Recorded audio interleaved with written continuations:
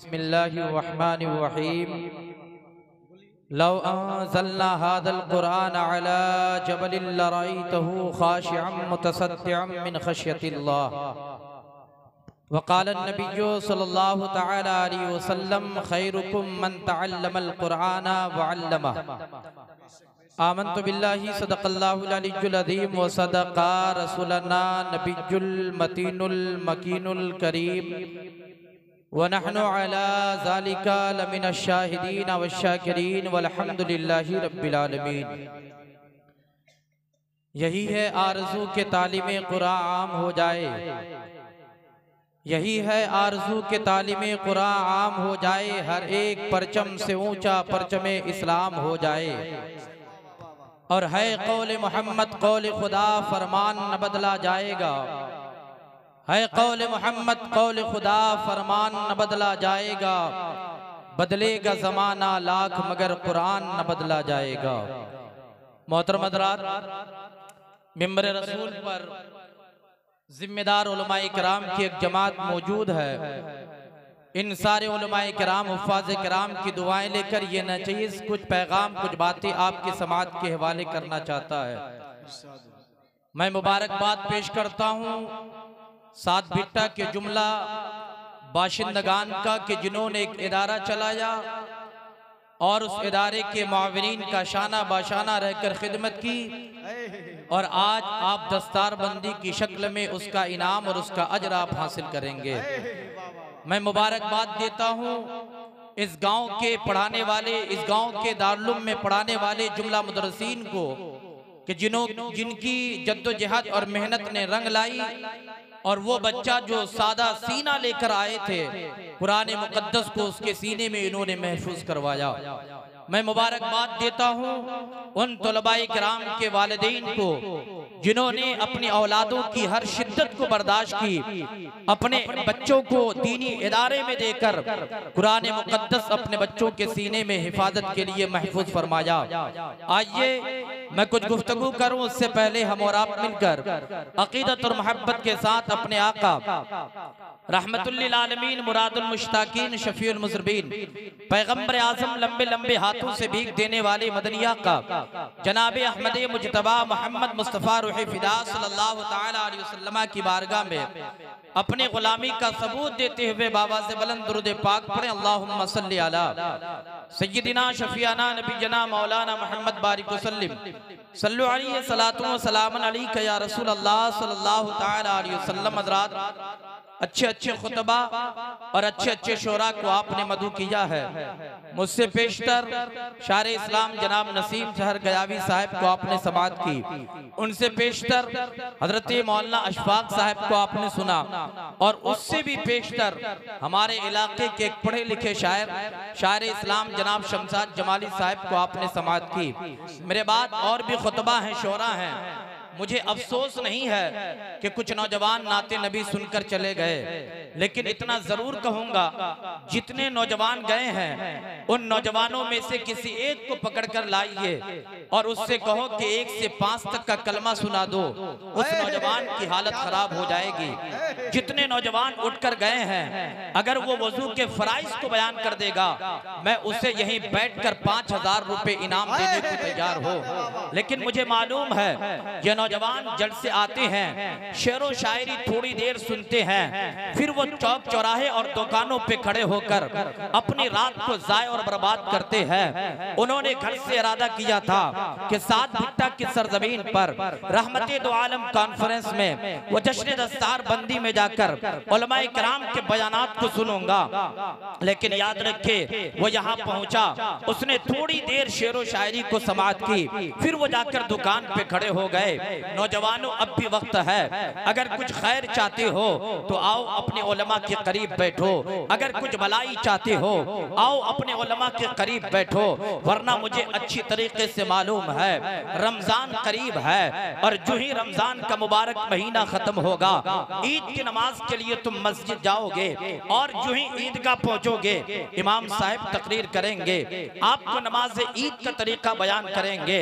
लेकिन जब इमाम साहब मुसल्ला इमाम इमामत पे खड़े होंगे, जब इमाम साहब अपने हाथ को उठाएंगे तुम भी अल्लाह अकबर कह के हाथ उठाओगे, लेकिन तुम्हें हाथ बांधना नहीं आएगा। तुम हाथ बांधने से पहले कभी अपने दाहिने देखोगे, कभी अपने बाएं देखोगे। अगर तेरे करीब में कोई बेवकूफ है, जहां हाथ छोड़ना था, अगर उस बेवकूफ ने हाथ बांध लिया तुम भी हाथ बांध लोगे। और तेरे बायां अगर कोई जानवर जैसा इंसान हो, जहां हाथ नहीं बांधना था, अगर उसने हाथ बांध लिया तुम भी बेवकूफ बन जाओगे। इसलिए अपने उलमा के करीब आओ, अपने उलमा से मुत्तसिल हो जाओ और अपने उलमा से नमाज रोजा हज व ज़कात के मसाइल सुन लो। बड़ी संजीदगी के साथ अब सुने, मैं सिर्फ दो ही पैगाम दूंगा, एक मज़हब इस्लाम के बेटों को, दूसरा पैगाम मज़हब इस्लाम की बेटियों को। याद रखो, मैंने आपसे चंदा नहीं मांगा था, मैंने सिर्फ आपको दुरूद पढ़ने को कहा था। लेकिन हमारी जबान है, ना मेरी माँ ने दुरूद पढ़ी होगी, ना मेरे भाइयों ने कसरत से दुरूद पढ़ा होगा। याद रखो, ये वही नौजवान है जिसको एक सांस में दर्जनों गाने याद होते हैं। ये वही बेटियां हैं, जब इनके पड़ोस में शादी होती है एक सांस में दर्जनों गीत गा लेती है। लेकिन इसी बेटी से कहा जाए बेटी दुरूद पढ़ लो, उसकी जबान खामोश हो जाती है। ये नौजवान जिसको हीरो और फिल्मों के डायलॉग याद रहते हैं, इसे अगर याद रही है तो दुरूद इब्राहिम याद नहीं है। याद रखो नौजवानों, अगर अपनी आखिरत की भलाई चाहते हो तो रब के महबूब पर कसरत से दुरूद पढ़ लिया करो, रहमते दो आलम पर दुरूद पढ़ लिया करो। आज लोग एतराज करते हैं, कोई कहता है कि खड़े होकर दुरूद पढ़ा जाए, कोई कहता है बैठकर दुरूद पढ़ा जाए। याद रखो, हम अहले सुन्नत वल जमात वाले हैं, हमारा अकीदा है अगर मौका खड़े होकर पढ़ने का हो खड़े होकर पढ़ लो, मौका बैठकर पढ़ने का हो बैठकर पढ़ लो। हमारे असलाफ ने तो यहाँ तक कहा है, जब तुम रात को बिस्तरे में जाना तो जब सोने लगना तो सोने से पहले रब के महबूब पर दुरूद पढ़ लेना। इसलिए तो किसी शायर ने कहा था, मैं सो जाऊं या मुस्तफा कहते कहते, खुले आंख सल्ले अला कहते कहते, और हर दर्द की दवा है सल्ले अला मोहम्मद, ताबीज़ हर बला है सल्ले अला मोहम्मद। लेकिन आज हमारी हालत क्या है, हम गाना तो गा लेते हैं, मतलब इस्लाम की बेटियां बहनें गीत तो गा लेती है, अगर तौफीक नहीं तो नबी पर दुरूद पढ़ना तौफीक नहीं है। इसलिए बेटियों याद रखो, अगर अपनी आखिरत की तैयारी करना चाहती है तो रब के महबूब पर दुरूद पढ़ लिया जाए। अगर दुरूद याद है तो बुलंद आवाज से सारे लोग दुरूद पढ़े, अल्लाहुम्मा सल्ली अला सय्यिदिना शफीना नबीजना मौलाना मोहम्मद बारिक वसल्लिम सल्लु अलैहि सलातु व सलामन अलैका या रसूल अल्लाह सल्लल्लाहु तआला अलैहि वसल्लम।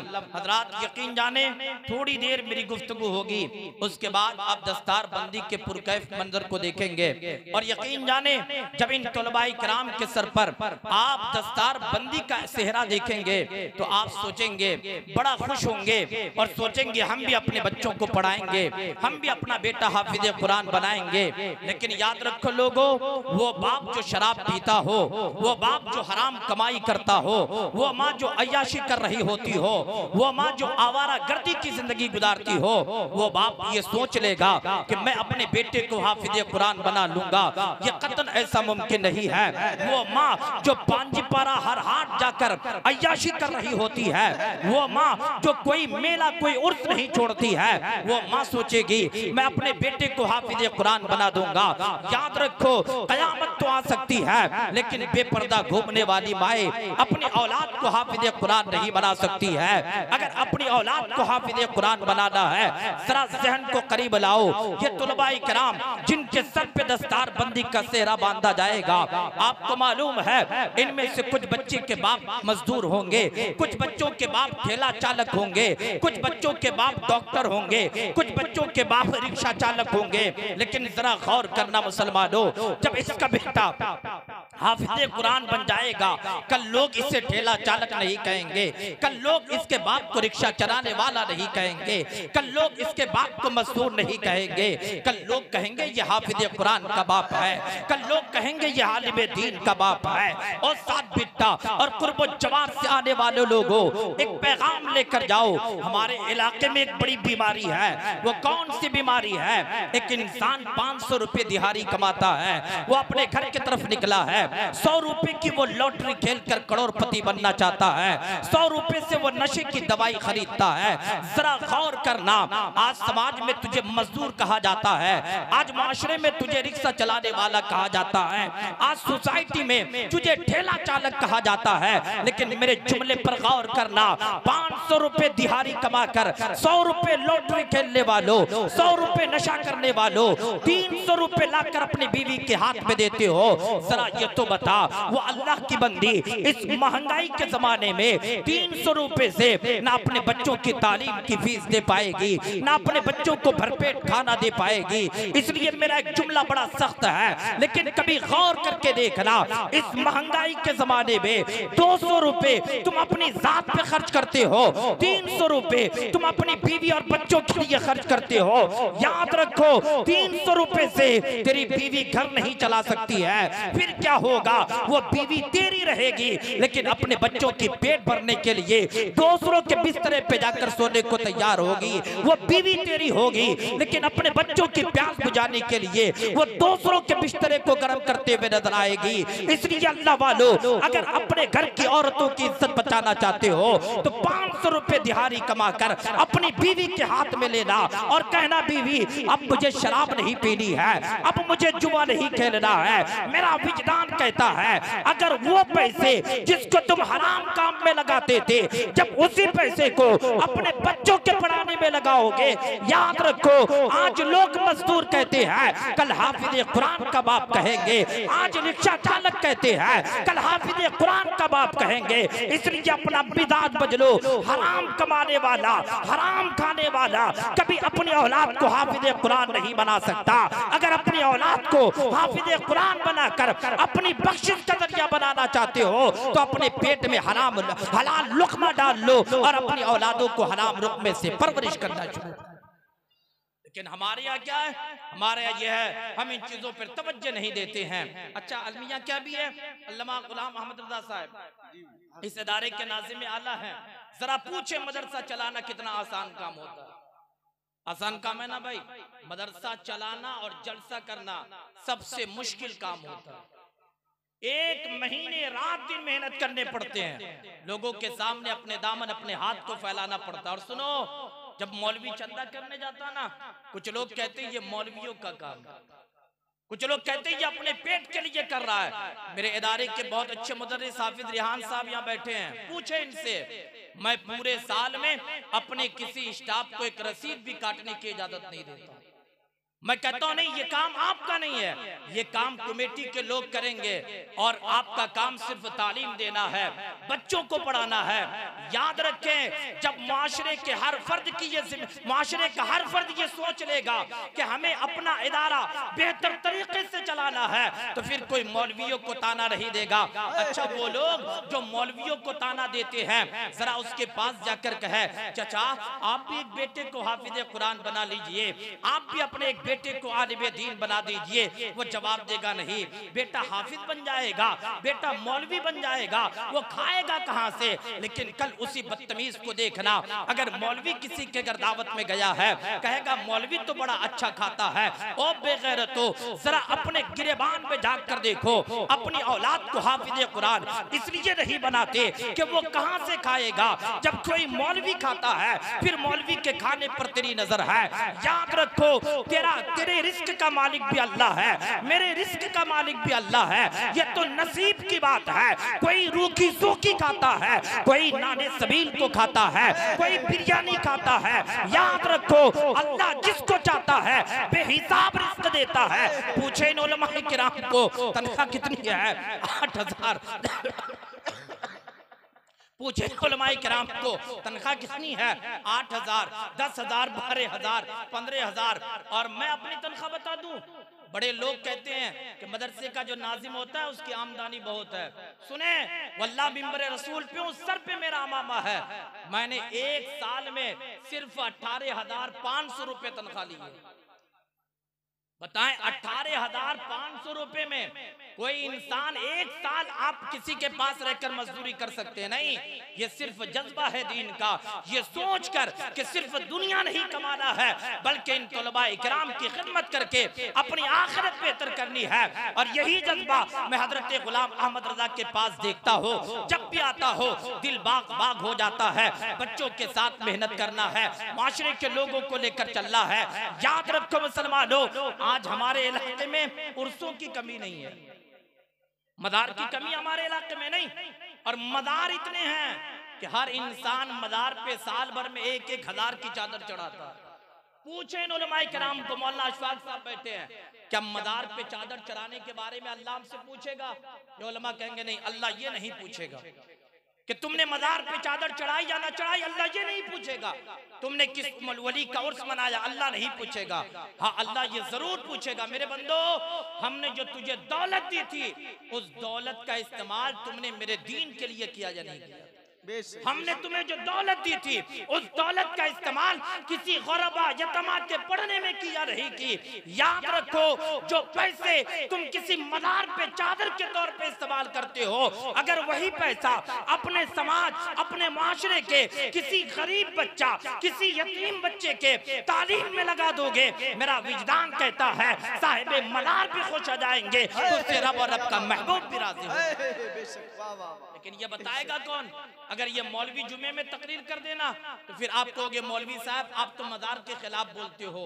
याद रखो, हम मदार वाले हैं, ये सच्ची बात है, लेकिन मदार पे चादर चढ़ाने वाले हम नहीं होते, बल्कि एक चादर काफी है मदार पे, बल्कि हम उस पैसे को अल्लामा गुलाम अहमद को दें, हाफिज इकराम साहब को दे। हजरत मदरसे में कोई गरीब बच्चा है, यतीम बच्चा है, उसकी कॉपी का इंतजाम कर दीजिएगा, उसके कलम का इंतजाम कर दीजिएगा। बड़ी जिम्मेदारी के साथ कहता हो, मेरे इदारे का ये बच्चा हाफिज कुरान है, हाफिज रेहान साहब मेरे इदारे में पढ़ाते हैं, पूछें 5 ऐसा यतीम बच्चा है जिसकी पढ़ाई की पूरी जिम्मेदारी हम अपनी जेब से उठाते हैं। जरा गौर करो, हमारी उम्र तकरीबन 30 साल होने को है और 30 साल में मैंने कभी किसी मदार पे चादर नहीं चढ़ाई है। क्या मैं बरेलवी नहीं हूँ? क्या मैं मसले के अहले सुन्नत, मसले के आला हजरत वाला नहीं हूँ? मैं कहता हूँ मैं ही मसले के आला हजरत वाला हूँ, इसलिए कि आला हजरत का कौल है कि जिस मदार पे एक चादर हो उस मदार पे दूसरी चादर की जरूरत रही है। इसलिए याद रखो, जब तुम किसी मदार पे चादर चढ़ाने का इरादा कर लेते हो, मदार पे चादर न चढ़ाना, उस पैसे को अपने समाज के बेवा को एक कपड़ा खरीद कर दे देना, उस पैसे से अपने समाज के किसी गरीब बच्चे के पढ़ाई में उस पैसे का इस्तेमाल करना, मेरा विजदान कहता है साहिबे मदार भी खुश हो जाएंगे और तुझसे रब और रब का महबूब भी राजी हो। और मेरी माँ बहने, आप भी जरा तवज्जो कीजिएगा, सबसे ज्यादा मदार पे और झाड़ फूक करने के लिए औरतें जाया करती है। ये सच्चाई है ना? अगर मदार पे औरतें ना जाए तो भीड़ नहीं होंगी। इन्हीं औरतों की वजह से मदार के गद्दी नशी गदा नशी बना बैठा है और वो लोग नोट छाप रहे होते हैं। मेरी माँ सुनो, आपके गांव में एक मदरसा चल रहा है, आपके करीब से, आपके आंगन से, आपकी गली से जब कोई तालिबे इल्म गुजरे ना, उस बच्चे को बुलाना और एक वक्त अच्छा खाना खिला देना। सुनो, ये खाना तुम उसे नहीं खिलाते हो, बल्कि ये खाना तुम रब के महबूब के मेहमान को खिला रहे हो। आपको मालूम है ना, अल्लाह के नबी एक औरत के ख्वाब में तशरीफ लाए और अल्लाह के नबी ने इरशाद फरमाया, माई सिर्फ अल्लाह को, अल्लाह के मेहमान को खिलाते हो, मेरे मेहमान को नहीं खिलाते। उस बूढ़ी औरत ने कहा, या रसूल अल्लाह आपके कौन मेहमान है? कहा, अल्लाह का मेहमान वो है जो तंगदस्त है, मुफलिस है, जब तुम उसे खिलाते हो तो अल्लाह के मेहमान को खिलाते हो, और जब किसी मदरसे के तालिब इल्म को खिलाते हो गोया कि तुम मुझे और मेरे मेहमान को खिला रहे हो। इसलिए कोशिश करें अपने इदारे को चलाने की, अपने इदारे को फरोग करने की। और याद रखें, आज हम और आप जिस पुरफतन दौर से गुजर रहे हैं ना, अगर ये इदारा नहीं होगा तो फिर हमारी मस्जिदें भी आबाद नहीं होंगी। मैं कहता हूं मस्जिद की इतनी जरूरत नहीं है जितनी जरूरत के दारुल और मदारिस की हुआ करती है। इसलिए कि अगर मदारिस नहीं होंगे, जहां दीन नहीं सिखाया जाएगा, फिर वहां मस्जिद में इमामत के लिए कौन जाएगा? अजान का तरीका कौन बताएगा? गुस्ल के फराइज, वुदू के फराइज कौन बताएंगे? मैं कहता हूँ मस्जिदें कच्ची है, कच्ची रहने दो, नमाज पढ़ो, लेकिन अपने इदारे को मजबूत करो, अपने इदारे में तालीमी मेयार बेहतर कर लो। और याद रखो, जब इदारे कायम हो जाएंगे, जब इदारा बाकी रहेगा, फिर हमारी मस्जिद भी कायम रहेगी, फिर हमारी मस्जिद के लोग पाबंद के साथ शरीयत के मुताबिक नमाज भी अदा करते हैं। इसलिए मैं बहुत शुक्रगुजार हूँ इस गांव के जुमला मुखय्यिर हजरात के उन्होंने मेहनत की है, इस इदारे को चमकाया। और सुने, खैरुकुम मन तअल्लमल कुरान व अल्लमा। देखिए, आपके समाज में डॉक्टर भी होंगे, आपके गांव में इंजीनियर भी होंगे, नेता भी होंगे, प्रोफेसर भी होंगे, लेकिन आप सबको अच्छा कहते हैं। लेकिन आओ जरा नबी की बारगाह में, या रसूल अल्लाह, सबसे बेहतर इंसान कौन है? रब के महबूब फरमाते, खैरुकुम मन तअल्लमल कुरान व अल्लमा।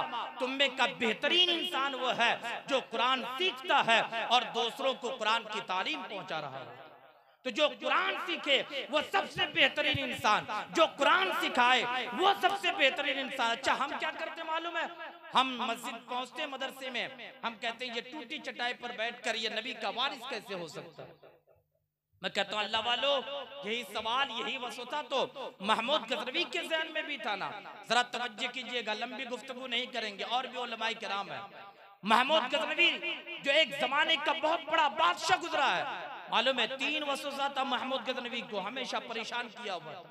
वो परेशानी में रहते थे। वसवसा क्या था? लोग मुझे सबुक्तगीन का बेटा कहते हैं, मैं कैसे मान जाऊं कि मैं सबुक्तगीन का बेटा हूं? ये टूटी चटाई पर बैठने वाला, ये रूखी दाल रोटी खाने वाला, ये नबी का वारिस कैसे हो सकता है? और तीसरा वसवसा ये था कि कयामत कायम होगी, नबी शफात करेंगे, मैं कैसे मान जाऊं? जरा तवज्जो कीजिएगा, वक्त का बादशाह है लेकिन 3 वसवसा है। सबुक्तगीन का बेटा कैसे मान जाओ? ये टूटी चटाई पर बैठने वाला नबी का वारिस कैसे हो सकता है?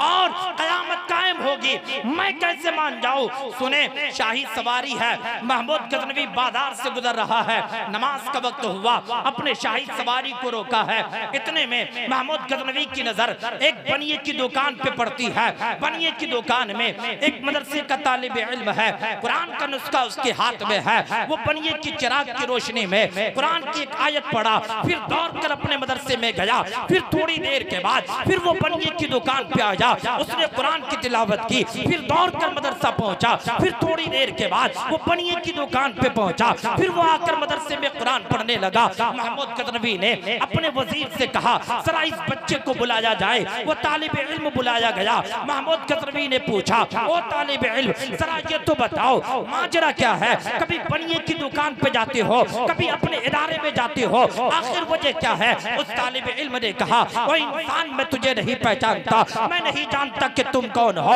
लेकिन हाँ मुझे लग रहा है कोई जमींदार, कोई बड़ा इंसान हो। उसने कहा, बोल क्या बात है? उस बच्चे ने कहा, मेरे उस्ताद ने मुझे कुरान की चंद आयतें दिया है, मुझे याद करने को कहा है, और आज मेरे मदरसे में तेल का इंतजाम नहीं है, मदरसे का चिराग बुझ चुका है। अगर मैंने कुरान याद न किया तो मैं कल उस्ताद के सामने जाऊंगा और तुलबाए किराम के सामने मुझे शर्मिंदगी का सामना करना पड़ेगा। महमूद गजनवी ने कहा, ओ मेरे मानने वालों, ओ मेरे सिपाहियों, जरा सुनना, मदरसे के चिराग में मेरे शाही तेल डाल देना, और जब तक मेरी हुकूमत रहेगी इस मदरसे को तेल देता रहना। जरा गौर करना, वो महमूद गजनवी जिसको 3 वसवसा सता रहा था, मैं सबुक्तगीन का बेटा हूँ, कैसे मान जाऊं? नबी शफात करेंगे, कैसे मान जाऊं? ये टूटी चटाई पर बैठने वाला नबी का वारिस कैसे हो सकता है? आज महमूद गजनवी जब अपने घर पहुंचा है, आंख लगी है, ख्वाब में नबी तशरीफ लाए हैं, और मेरे आका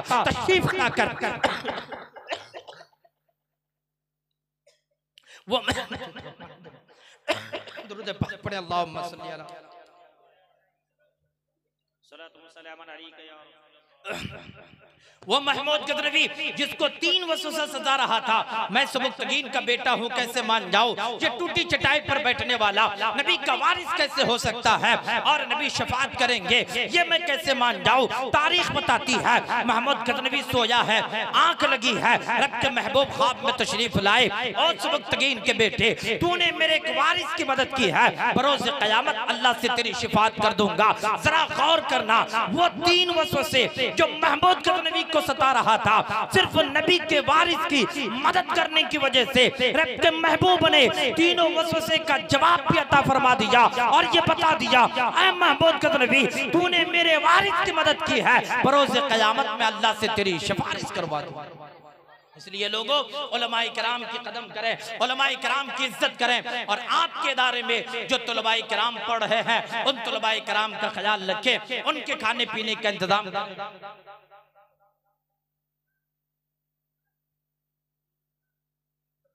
दुरूद पाक पढ़े, अल्लाहुम्मा सल्ली अला सय्यिदिना शफीअना नबियना मौलाना मुहम्मद बारिक वसल्लम सल्लु अलैहि सलातु व सलाम अलैका या रसूल अल्लाह सल्लल्लाहु तआला अलैहि वसल्लम। लाइक के मुबारकबाद हैं उन सारे तुलबाए किराम के वालिदैन जिन्होंने अपने बच्चे को हाफिज कुरान बनाया। आओ जरा हदीस का मफहूम सुन लो। अल्लाह के नबी फरमाते हैं, बरोज़े क़यामत एक ऐसा शख्स होगा जो जन्नत के सबसे आला मकाम पर बैठा होगा। और आपको मालूम है, वह इंसान जो जन्नत के सबसे आला मकाम पर होगा ना, वह इंसान जन्नत के गिलमान से कहेगा, दुनिया में मेरे 4 बेटे थे, जरा मेरे बेटों से मेरी मुलाकात करा दी जाए। वो फरिश्ते अर्ज करेंगे, बारे इलाह, ये इंसान तो अपने बेटों से मिलना चाहता है। अल्लाह फरमाएगा, फरिश्तों, इस इंसान का मकाम बुलंद है, इस इंसान को नीचे ना ले आना, बल्कि इसके औलादों को, इसके बच्चों को ऊपर लेके चले जाए। जरा गौर कीजिए, अल्लाह तबारक व तआला फरमाएगा, फरिश्तों, इस इंसान को नीचे लाने कराना, बल्कि इसे ऊपर ले जाओ, इसकी औलादों को ऊपर ले जाओ और मुलाकात कर दो। 4 बेटे जाएंगे, थोड़ी देर अपने माँ बाप से गुफ्तगू होगी। अल्लाह फरमाएगा, ऐ इंसान नीचे चला जा। वह इंसान अर्ज करेगा, मौला, मैं तो एक जाहिल हो, मेरा बेटा हाफिज है, मैं तो एक अनपढ़ हो, मेरा बेटा आलिम है। मौला, आज मैं ऊपर हो, मेरे हाफिज कुरान बेटे नीचे है, मैं आज ऊपर हो, आलिम दीन नीचे है। अल्लाह फरमाएगा, ओ फरिश्तों, यही तो बताना चाह रहा था, तेरे बेटे आलिम है, तेरे बेटे हाफिज है, तू अनपढ़ था, तू जाहिल था, तुझे नमाज भी पढ़ने नहीं आते थे, लेकिन तुमने अपनी औलादों को हाफिज कुरान बनाया, तुमने अपनी औलादों को आलिम दीन बनाया। अल्लाह फरमाएगा, फरिश्तों, इस इंसान का मकाम बुलंद कर दो। इसलिए ये अनपढ़ होकर भी इसने अपनी औलादों को हाफिज कुरान और आलिम दीन बनाया। इसलिए अपनी औलादों को आलिम दीन बनाए, अपनी औलादों को हाफिज कुरान बनाए। और सुने, जब कोई बच्चा आलिम दीन बन जाता है, बड़ी जिम्मेदारी के साथ कहता हूँ, जब कोई बच्चा हाफिज कुरान बन जाता है, फिर वो अपने माँ बाप के साथ बदतमीजी नहीं करता, फिर वो अपने माँ बाप को गाली नहीं देता है। और उसी के बरक्स जब दुनिया की तालीम हमारे अंदर आ जाती है ना, फिर हमारा बेटा भी आवारा बन जाता है और हमारी बेटियां भी अय्याशी करने लगती है। ये सच्चाई है हमारे इलाके की। और कौमे मुस्लिम की बेटियों, कान खोल कर सुन लो, जब आज हमारे समाज की बेटियां जब स्कूल और कॉलेज जाती है ना, तो हमारे समाज की बेटियों के सर से दुपट्टा उतर चुका है। आपको मालूम है ना, कभी कॉलेज के नाम पर, स्कूल के नाम पर, कभी ट्यूशन के नाम पर, कोचिंग के नाम पर बेटियां अपने सर से दुपट्टा उतार चुकी है। मैं गैरतमंद बापों से, गैरतमंद भाइयों से पूछना चाहता हूँ, कहाँ गई है हमारी गैरत? जब आपकी बेटी आपके सामने नंगा घूम रही होती है, लेकिन आप अपनी बेटी को कुछ कह नहीं पाती। कहाँ गई आपकी गैरत? जब आपकी बेटी अपने आवारा दोस्त के साथ गुलछड़े खिला रही होती है, आप अपनी बेटी को कुछ क्यों नहीं कह पाती हो? मैं कहता हूँ, अपनी बेटी को मारना मत, अपनी बेटी को बुरा भला ना कहना, अपनी बेटी को गाली गलौज ना करना। सिर्फ एक पैगाम दे रहा हो, सुनो, जब तुम अपनी बेटी को आवारा गर्दी करते हुए देखो, अपनी बेटी से कहना, ओ मेरी बेटी, तुमने अपने सर से दुपट्टा क्यों उतार लिए? ओ मेरी बेटी, तुमने अपने सर से दुपट्टा क्यों उतार ली? यकीन जाने वो पढ़ी लिखी बेटी है, वो कहेगी, बाबा, ये तरक्की का जमाना है, ये फैशन का जमाना है। सुनो मुसलमानों, अपनी बेटी को बुलाकर कहना, ओ मेरी बेटी सुन ले, तू अपने आप को कहती है ये तरक्की का जमाना है, मैं उसी वक्त तुझे तरक्की याफ्ता मान लूंगा जब तेरी शादी होगी। 9 महीना तेरे पेट में एक बच्चा परवरिश पाएगा। अगर 9 महीने में अलिफ से या तक अपने बच्चों को पेट में याद करा दोगी, मैं मान जाऊंगा तरक्की का जमाना है। ओ बेटी मैं उसी वक्त मानूंगा तरक्की का जमाना है जब तेरी शादी होगी, 9 महीना तेरे पेट में एक बच्चा परवरिश पाएगा, 1 से 10 तक की गिनती याद करा देना, मैं मान जाऊंगा तरक्की का जमाना है। ओ बेटी मैं मानूंगा उसी वक्त तुम तरक्की के जमाने से गुजर रही हो। तेरी शादी के बाद 9 महीना तेरे पेट में एक बच्चा परवरिश पाएगा, A से Z तक याद करा देना। याद रखो कयामत तो आ सकती है, नंगा घूमने वाली माए अपनी औलाद को पेट में नहीं पढ़ा सकती है, लेकिन आओ सिक्के का दूसरा पहलू देखो, नंगा घूमने वाली माए पढ़ा तो नहीं सकती है, लेकिन एक जात ऐसी है जिसे अब्दुल कादिर कहती है दुनिया, जिसे गौसे पाक कहती है दुनिया। मालूम है कितनी उम्र है, 5 या 6 साल गौसे पाक की। गौसे पाक की माँ हजरत फातिमा उम्मुल खैर अपना बेटा अब्दुल कादिर की हाथ पकड़ी है और अपने गांव के इमाम के पास कर गई है। इमाम साहब जरा मेरे बेटे को कुरान पढ़ा देना, जुमले पर गौर करना। गौसे पाक की माँ अपना बेटा अब्दुल कादिर को लेकर गई है। इमाम साहब मेरे बेटे को कुरान पढ़ा देना। गौसे पाक के उस्ताद ने कहा बेटा अब्दुल कादिर बैठ जा। गौसे पाक बैठे हैं, उस्ताद ने कहा तौज पढ़। गौसे पाक ने औज़ बिल्लाह पढ़ा, उस्ताद ने कहा तस्बीह पढ़। गौसे पाक ने बिस्मिल्लाह पढ़ा, उस्ताद ने कहा अल्हम्दुलिल्लाह पढ़। गौसे पाक की ज़बान खामोश है, उस्ताद समझ गए औज़ बिल्लाह बिस्मिल्लाह बच्चे माँ बाप से सीख लेते हैं, अल्हम्दुलिल्लाह मुश्किल है इसीलिए बच्चा पढ़ नहीं पाता है। इतने में गौसे पाक की माँ हजरत फातिमा उम्मुल खैर आती है। उस्ताद ने कहा ओ बहन फातिमा तेरा बेटा अब्दुल कादिर क्यों नहीं पढ़ता है? इतने में गौसे पाक ने कहा उस्ताद मोहतरम मैं यहाँ से नहीं पढ़ूंगा। गौसे पाक के उस्ताद ने कहा ओ बेटा अब्दुल कादिर तुम कहाँ से पढ़ोगे? गौसे पाक ने कहा उस्ताद मोहतरम मैं वकाल रजीना से पढ़ूंगा। गौसे पाक के उस्ताद ने कहा ओ बेटा अब्दुल कादिर ये तो 19वां पारा है, पहले पहला पारा पढ़ना होगा, फिर दूसरा पढ़ना होगा, फिर तीसरा पढ़ना होगा, 18 मुकम्मल करने होंगे तब जाकर 19वां पारा पढ़ना होगा। इतने में गौसे पाक की माँ कहती है ओ मेरे बेटे के उस्ताद बात सिर्फ इतनी है मैं 18 से पारे का हाफिदा हो और जब तक मैं नमाज फज्र पढ़कर 18 पारे की तिलावत नहीं करती हो उस वक्त तक मैं घर का काम नहीं करती हो। अब मुझे कहने दिया जाए जब गौसे पाक की माँ बापर्दा होकर बावजू होकर कुरान की तिलावत करती थी तो बेटा भी पेट से हाफिज़ कुरान बन जाया करता था। इसलिए मज़हब इस्लाम की माओ अगर तुम अपनी औलाद को हाफिज़ कुरान बनाना चाहती हो तो तुझे सर ढांपने होंगे, तुझे अपना जिस्म छुपाना पड़ेगा। याद रखो जो माई नंगा घूमती है कयामत तो आ सकती है लेकिन वो अपनी औलाद को आलिम दीन या हाफिज़ कुरान कभी बना नहीं सकती।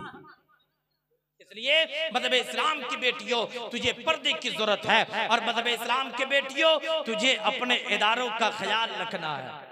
बड़ी तकलीफ होती है, आज लोग कहते हैं इदारे में क्यों चंदा देंगे। अल्लामा कारी मुश्ताक साहब तशरीफ फरमाए, अभी 11 फरवरी को वो मेरे इदारे में गए थे, दस्तार बंदी का प्रोग्राम था। मैंने वहां एक जुमला कहा था ये वही इदारे हैं जहां 24 घंटे कुरान पढ़े और पढ़ाए जाते हैं। जरा जुमले पर गौर करो, दुनिया में कोई ऐसा घर नहीं होगा जहां 24 घंटे कुरान पढ़े जाते होंगे, सिर्फ वाहिद मदारिस है जहां कुरान पढ़ा जाता है। और सुनो मुझे अच्छी तरीके से याद है, मिंबर पे बैठा हूं, सर पे मेरा इमामा है।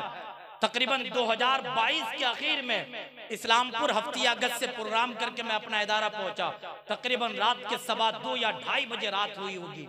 मैंने अपने ड्राइवर को किराया दिया, दबे पैर अपने कमरे को खोला और जो ही मैं कमरे में दाखिल हुआ ना, मेरे कानों में किसी की आवाज आई बोलने की।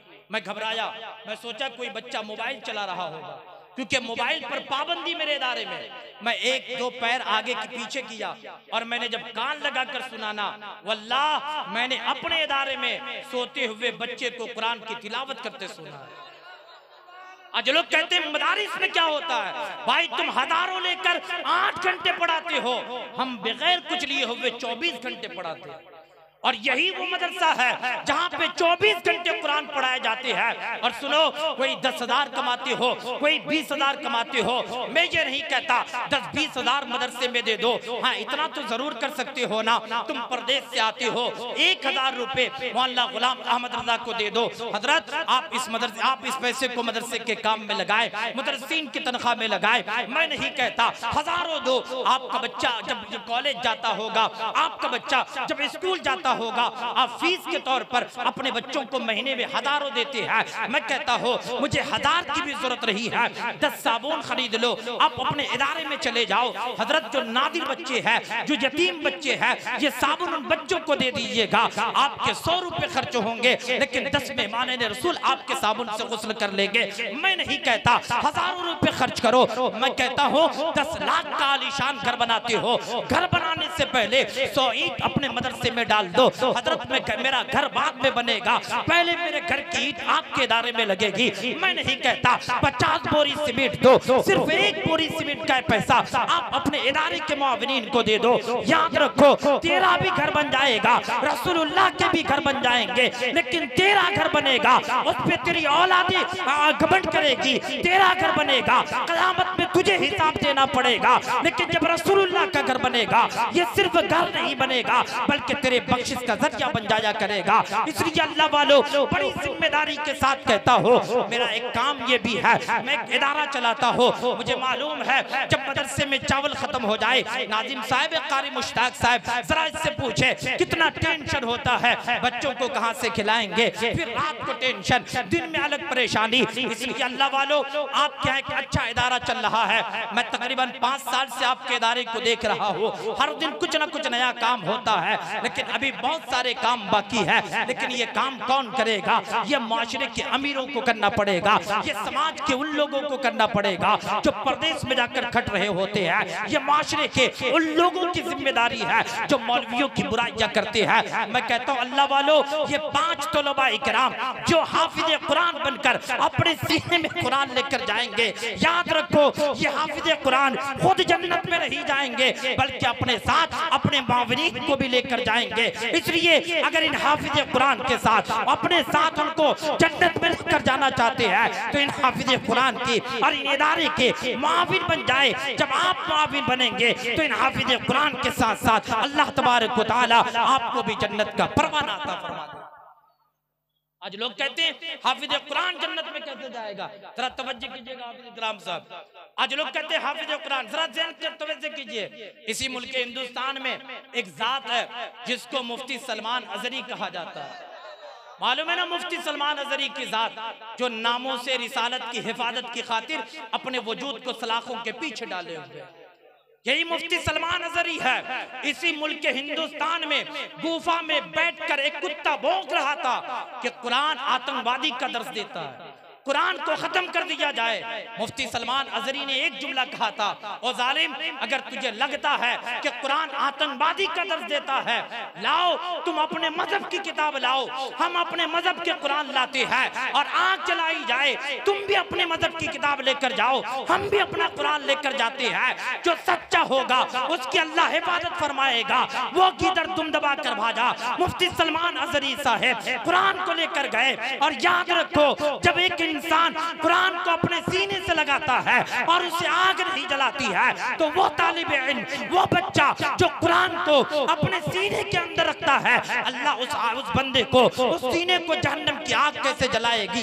इसलिए याद रखो जब कोई सीने में कुरान के बाहर रखता है तब आग नहीं जलाती है, तो जिसके सीने में कुरान होगा उसको आग कैसे जला सकती है। इसलिए अल्लाह वालों, अगर अपनी भलाई चाहते हो, अपनी आखिरत की तैयारी चाहते हो, तो हाफिज कुरान की मदद कर दिया कर, आलिम दीन की मदद कर दिया कर, अपने इदारे का मुआविन बन जा। और याद रखो ये इदारे जब तक कायम रहेंगे अल्लाह तबारक व तआला इन इदारों का सलाह आपको अता फरमाता है। नारे तकबीर, नारे रिसालत, मसलके आला हजरत,